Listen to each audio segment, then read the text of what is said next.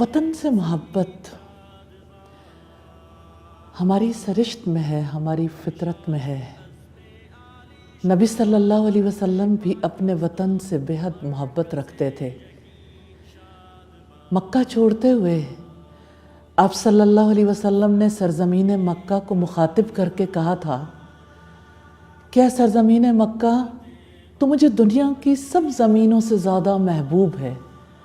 اگر مجھے یہاں کے رہنے والے نہ نکالتے تو میں یہاں سے کبھی نہ نکلتا۔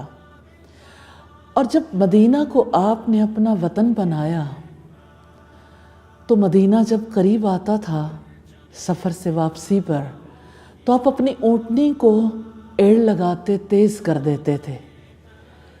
یہ آپ کی وطن سے محبت کی علامت ہے۔